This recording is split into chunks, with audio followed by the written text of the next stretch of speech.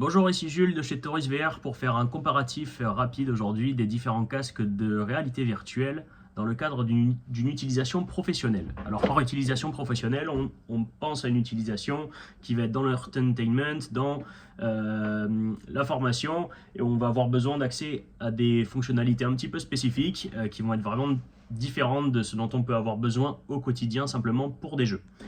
Sur les casques, on va voir le Meta 3, le Pico 4, on va parler un petit peu du Vive Focus, je ne l'ai pas sous la main mais j'ai le XR Elite ici, et rapidement du Apple Vision qui sont à peu près les gros casques auxquels vous pourrez penser en ce moment.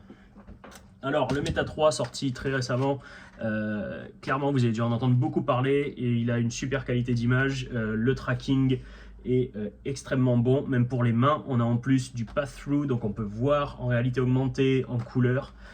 Honnêtement, en termes de logiciel et de matériel, c'est vraiment parfait, mais uniquement pour une utilisation consommateur. En tant que professionnel, on a accès à absolument rien. Le système d'exploitation est complètement fermé. Donc dès qu'on veut, si on veut lancer une application à distance, par exemple, c'est strictement impossible. Alors Meta redémarre seulement depuis octobre ou novembre leur système, leur écosystème pour les business. On a voulu en parler avec eux sur le salon de Laval Virtual, ils n'ont rien pu nous dire dessus, donc bon, pour l'instant, c'est peut-être que ça va arriver, ça va devenir mieux, mais aujourd'hui, c'est très compliqué, et en plus, c'est impossible de parler à des gens de chez Meta si vous avez vraiment des demandes techniques spécifiques. Voilà pour Meta. Le Pico 4 qui est souvent comparé à l'équivalent, justement un peu au concurrent de chez Meta, mais Pico qui a annoncé récemment qu'ils allaient s'orienter vraiment plus sur du professionnel. Le casque est vraiment agréable à porter, il est bien équilibré, on a des systèmes pour ajuster les lentilles, alors ce qu'on n'a pas par contre et ce qu'on n'a pas non plus sur le Meta, c'est des systèmes de remplacement de batterie, donc un petit peu moins pratique pour l'utilisation en LBE. Par contre, le pass-through est aussi de bonne qualité, le tracking est toujours un petit peu moins bon que Meta ou que Vive. C'est toujours ce qui a pêché en fait chez Pico, ils ont toujours eu de l'avance en termes de matériel, mais le côté logiciel a toujours été un petit peu moins bon d'un point de vue qualitatif.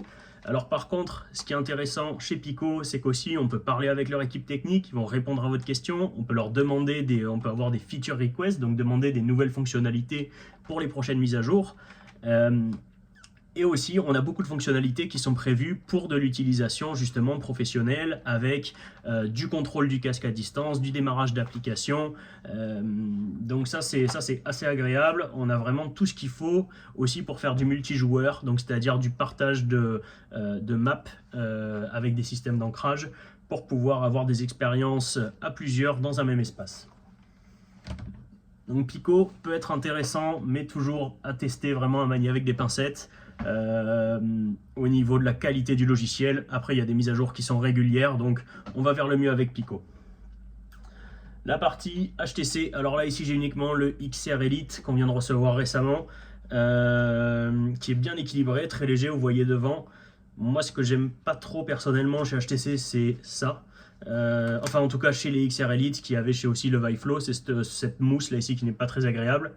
Par contre sur le Vive Focus 3, vous verrez que c'est le casque qui est le plus utilisé pour du professionnel. On le voit absolument partout, que ce soit dans des salles de jeu, vous verrez les visites par exemple chez l'aventure de Keops, des choses comme ça. C'est vraiment le Vive Focus 3 qui est utilisé partout. HTC a vraiment développé son écosystème depuis déjà des années pour le professionnel, avec justement tout ce qui est les systèmes de gestion, des accès, pour pouvoir lancer les applications, pour pouvoir gérer les casques à distance. Donc tout ça est très bien développé, de bonne qualité. Après, ce qui va être un petit peu plus décevant chez HTC, ça va être leur SDK. Nous, on l'a beaucoup utilisé ces derniers temps sur Unity et il est par rapport quand on est habitué à du Meta par exemple qui a un très très bon SDK, celui de HTC est un petit peu en dessous, c'est un petit peu, on s'y perd un peu parce qu'ils ont différentes versions des plugins. Donc voilà, ça c'est la partie un petit peu dommage. Le confort est un petit peu en dessous, je dirais, du Meta ou du Pico.